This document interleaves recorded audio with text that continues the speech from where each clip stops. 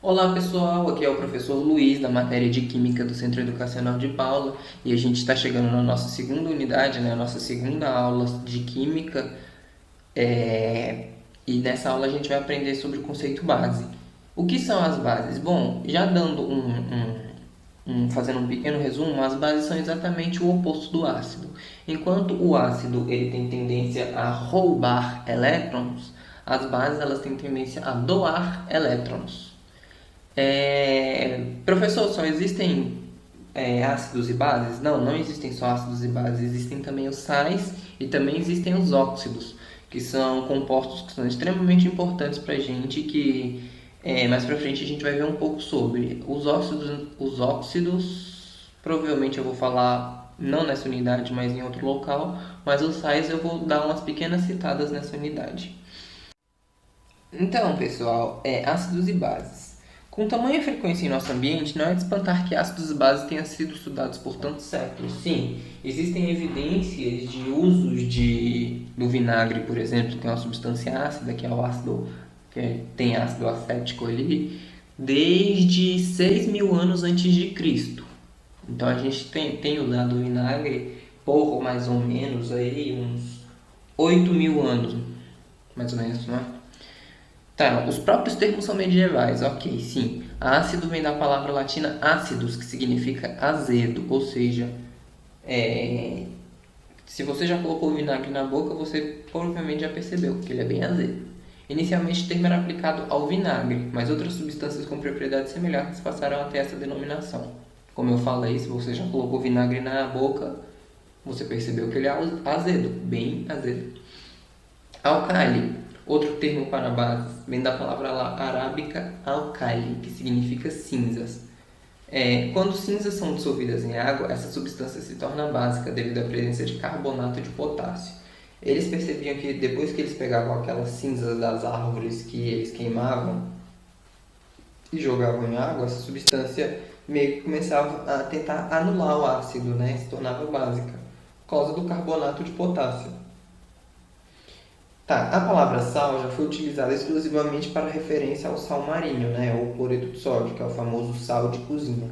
Mas hoje tem um significado muito mais amplo. Hoje o que é um sal? O sal, ele é basicamente a mistura de um ácido e uma base, né? São duas substâncias, né? Como é que eu posso falar? Cloreto de sódio é um sal. Como é que eu consigo cloreto de sódio? Se eu misturar ácido clorídrico com soda cáustica, né? Com hidróxido de sódio. Eu também tenho um sal chamado iodeto de potássio. Tenho vários tipos de sais diferentes. Não, o próprio permanganato é um tipo de sal. A água sanitária. A água sanitária é um sal diluído em água. Eu esqueci o nome desse sal, mas sim, é um sal diluído em água. Bases, aqui o conceito. As bases também são substâncias altamente tóxicas e corrosivas. Então, gente, não tentem ficar usando base.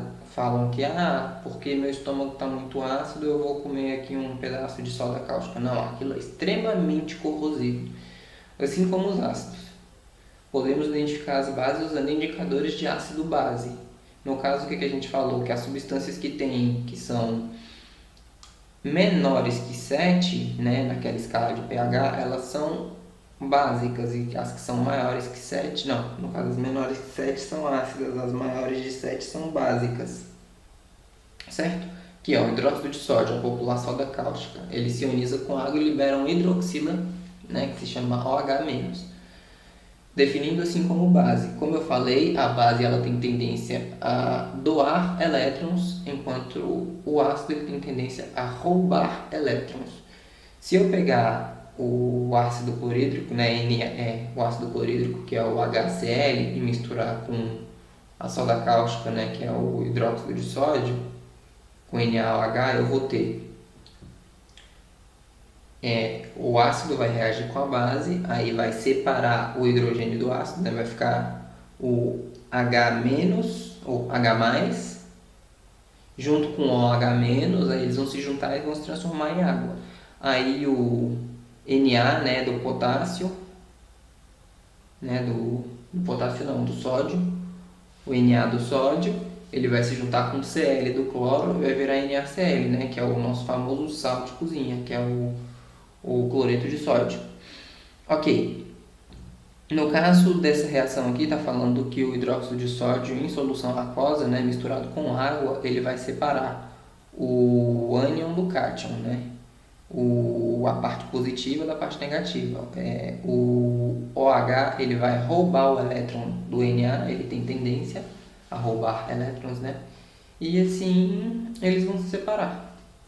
Tá, ok. Propriedades da base. Elas possuem sabor adstringente, que é amargo ou cáustico, né? Ele que trava na boca. Já como é aquela banana verde? Sim, ela está travando na boca porque ela está mais básica. Tá, ele conduz corrente elétrica quando fundido em solução aquosa. Se você misturar uma base em água, ele vai conduzir eletricidade muito bem se você colocar ali. A água pura não conduz eletricidade. A água com sal ou água com uma base ou um pouco ácida, ela conduz eletricidade. A base ela conduz eletricidade um pouco menor. Por isso que as baterias alcalinas elas são muito mais utilizadas do que as baterias ácidas. Do que as baterias, por exemplo, com ácido sulfúrico. O que são as baterias alcalinas? Bateria de lítio, por exemplo, que é muito usado naqueles desfibriladores. Ok. Reagem com ácidos produzindo sal e água, foi o que eu falei. Se eu misturar uma base mais um ácido, eu vou ter sal mais água. Eles modificam a cor dos indicadores de ácido base. São todos indicadores? Não, não são todos. Ele, por exemplo, não reage com a fenolftaleína. A fenolftaleína ela só reage com ácido. Ela não reage com base. Mas o repolho roxo ele reage com ácido, com base e com ácido. Ok. Como eu falei, né? Uma substância de pH 7, né? Quando ele está 7 na escala de pH, ele é considerado neutro. E menor que 7 ele é ácido, maior que 7 ele é básico. E para definir e para medir, né, quão fracos ou fortes são os ácidos e bases, usamos o conceito de pH, que indica a acidez, a neutralidade ou a alcalinidade de uma solução aquosa. O pH pode ser determinado indiretamente pela adição de um indicador de pH na solução em análise. A cor do indicador varia conforme o pH da solução. Indicadores comuns são a fenolftaleína, que reage com ácido, né? O alaranjado de metila, que, bom, eu nunca usei ele, eu não conheço muito bem, e o azul bromofenol, que é o que reage com a base. Eu nunca usei o alaranjado de metila, pessoal, mas o azul bromofenol, ele reage com base. E conforme eu falei para vocês, não é? Quando isso aqui, essa escala, ela tá muito parecida com a escala do suco de repolho roxo. Ela não é a escala de pH nem do alaranjado de metina, nem da fenolftaleína, nem do bromofenol. Tá, ok. Se eu fizer suco de repolho roxo e misturar, só que no caso ao invés de ficar vermelho igual ficou lá no zero, né? Ele fica mais marrom por causa do roxo, não é? Quando o roxo mistura com o vermelho, ele dá uma cor mais marrom, e é um marrom bem forte, bem característico. Mas quando ela é muito básico, ele realmente dá azul, do jeito que está aí no desenho.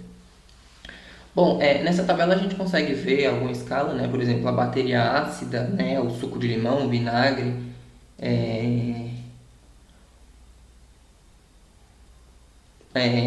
tá. Algumas coisas que a gente vê. Agora, uma coisa que está errada nessa escala está falando peixe adulto morre.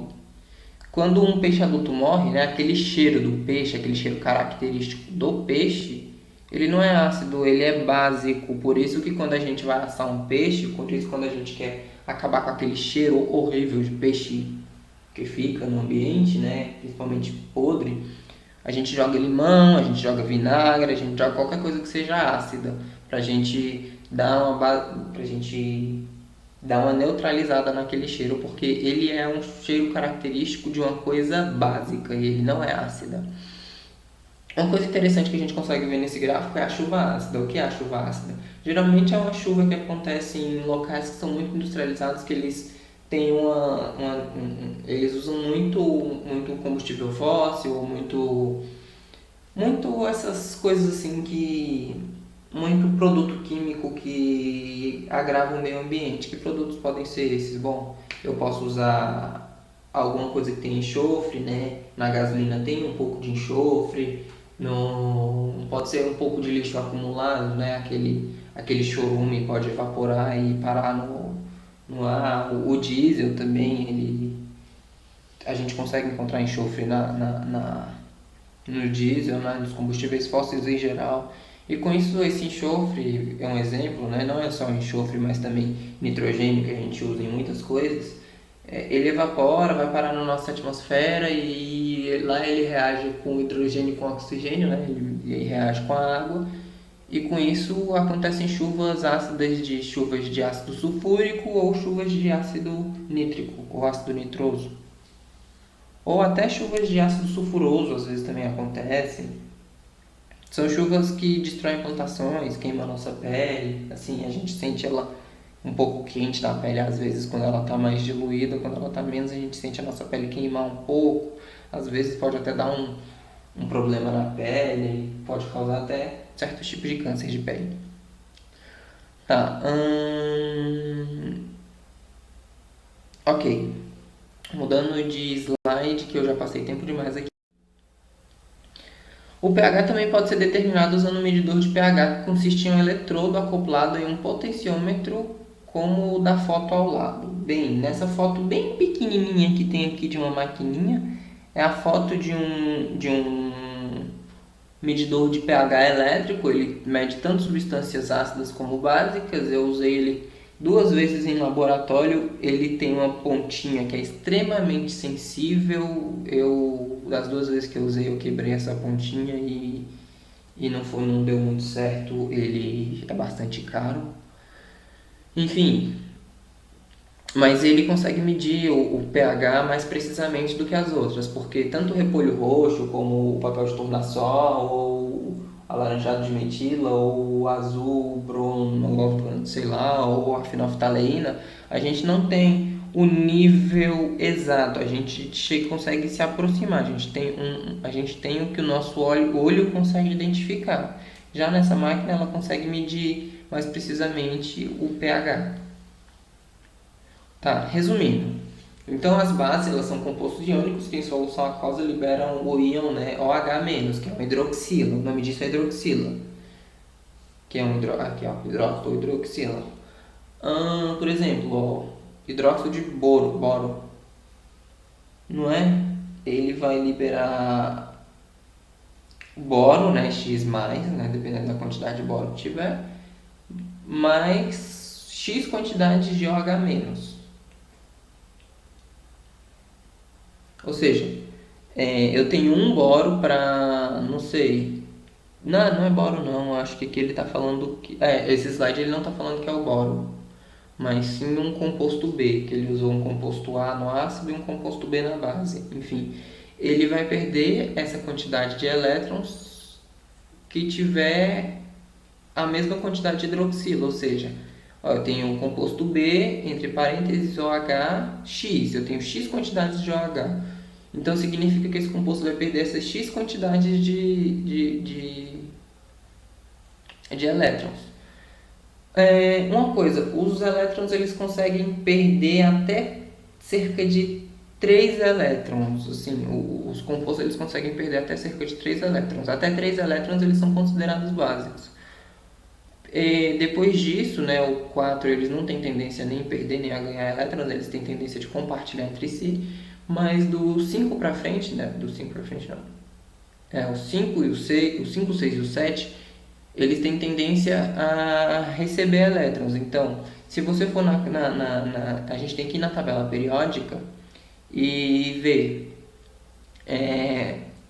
quais são os que têm tendência, quais são os compostos que têm tendência a fazer ácidos e os compostos que têm tendência a fazer bases.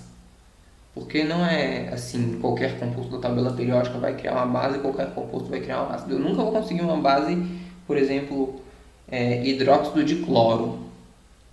Talvez até consiga, mas seria muito difícil, porque o cloro ele não tem tendência a ganhar elétrons, ele tem tendência, ou o cloro não tem tendência O cloro não tem tendência a ganhar elétrons, ele tem tendência a ganhar elétrons e não a perder.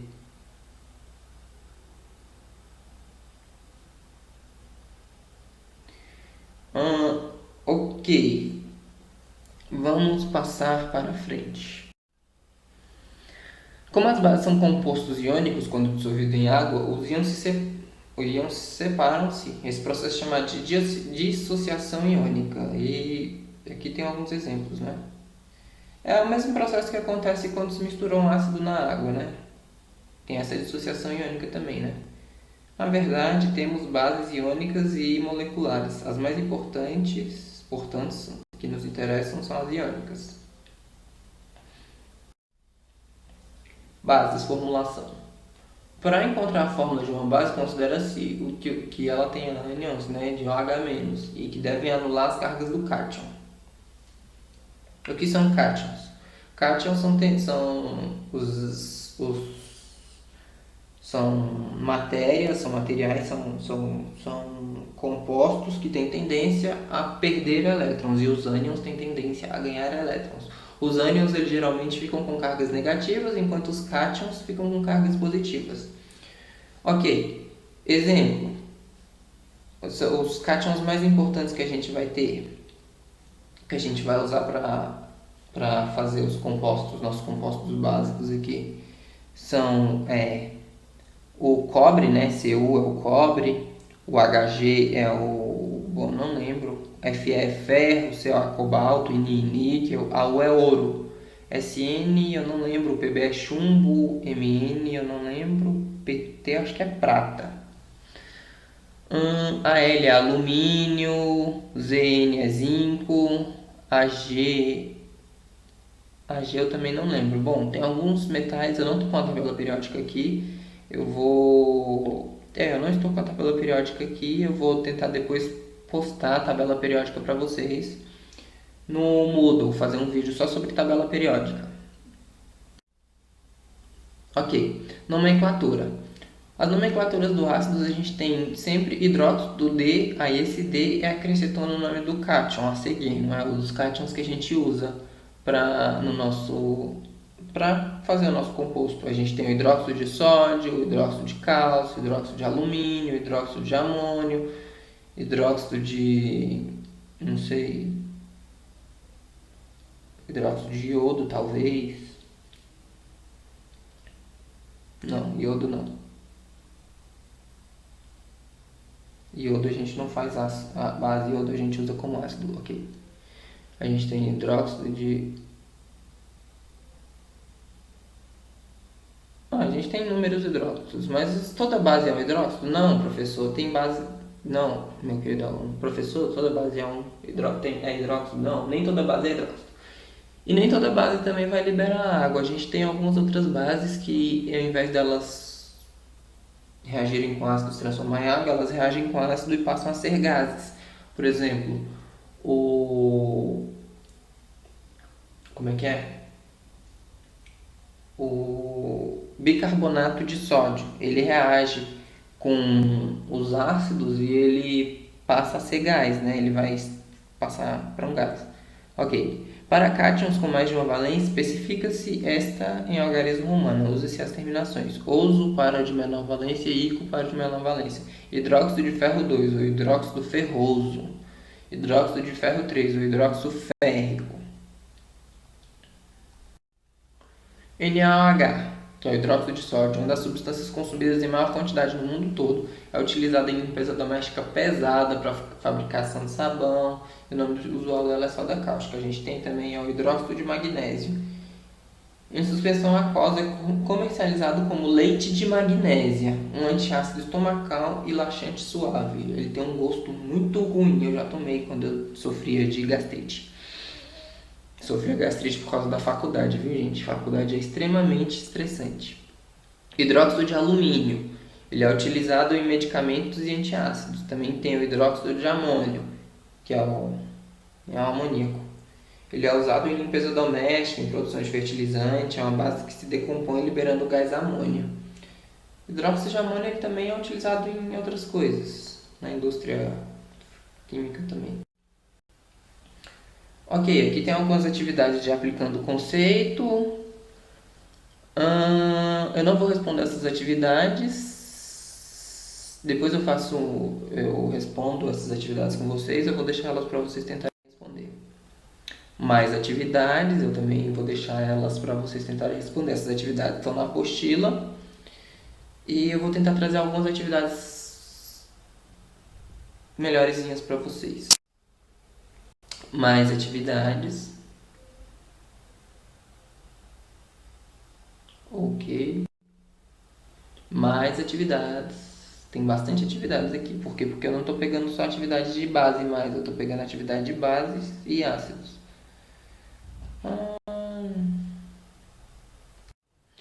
Então, pessoal, de novo, em mais um slide eu estou deixando meu contato com vocês, né, o meu e-mail e o meu WhatsApp, para a gente, caso tenha alguma dúvida, caso alguma coisa não tenha ficado muito claro, eu responda para vocês, tire dúvidas pontuais, ou caso vocês queiram uma explicação, vocês não tenham entendido essa explicação, vocês querem uma explicação um pouco melhor, eu estou deixando meu contato para vocês. Se vocês quiserem entender alguma coisa, eu posso até fazer chamada em vídeo para que vocês entendam. E este é meu contato.